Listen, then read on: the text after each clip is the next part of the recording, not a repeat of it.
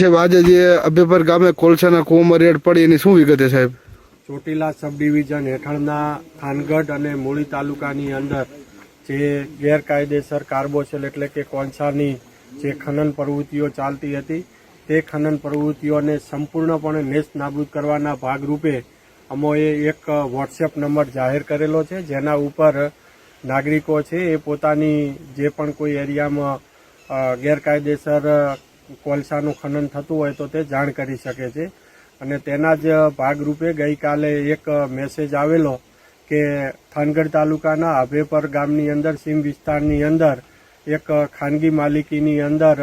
વિસ્ફોટક પદાર્થના ભડાકા થઈ રહ્યા છે અને કૂવો એક ચાલુ કરવામાં આવેલો છે, જેને ધ્યાનમાં રાખી અને આજે અમારી નાયબ કલેક્ટર પ્રાંત ચોટીલાની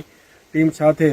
રાત્રે 1:30 વાગે અમોએ રેડ પાડવામાં આવેલી હતી. અને આ રેડ દરમિયાન ખાનગી સર્વે નંબર 11 ઉપરથી જે ગેરકાયદેસર કોલસાનો કૂવો છે એ ચાલુ હાલતમાં મળી આવેલ છે અને ત્યાંથી કુલ 3 ટ્રેક્ટર, જેમાં એક મિની ટ્રેક્ટર, એક ચરખી, એક કમ્પ્રેસર મશીન, 4 બકેટ અને આ તમામ જે મુદ્દામાલ છે એ 17,30,000નો કબજે કરવામાં આવેલો છે. અને આ મુદ્દામાલને અત્યારે ચોટીલા ખાતે ખસેડવાની કામગીરી ચાલુ છે. આ ખોદકામ કરાવનાર ગોરધનભાઈ સનાભાઈ જેજરિયા કે જેઓ જમીનના કબજેદાર છે અને જયેશભાઈ સવસીભાઈ મકવાણા રે દેવપરા આણંદ પર થાનગઢ કે જે મેન કોન્ટ્રાક્ટર છે તે સ્થળ ઉપરથી મળી આવેલા છે અને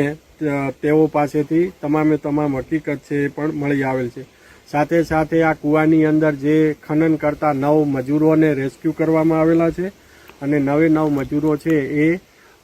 મધ્યપ્રદેશના છે અને તેઓને સમજૂત કરીને આવી ગેરકાયદેસર પ્રવૃત્તિ ન કરવા સમજાવીને સવારે તેઓ મધ્યપ્રદેશ જવા રવાના થશે. અને આ જે ઈસમો છે ખોદનાર અને આવો કૃત્ય કરનારની સામે જુદા જુદા કાયદા અંતર્ગત કાયદેસરની કાર્યવાહી હાથ ધરેલ છે.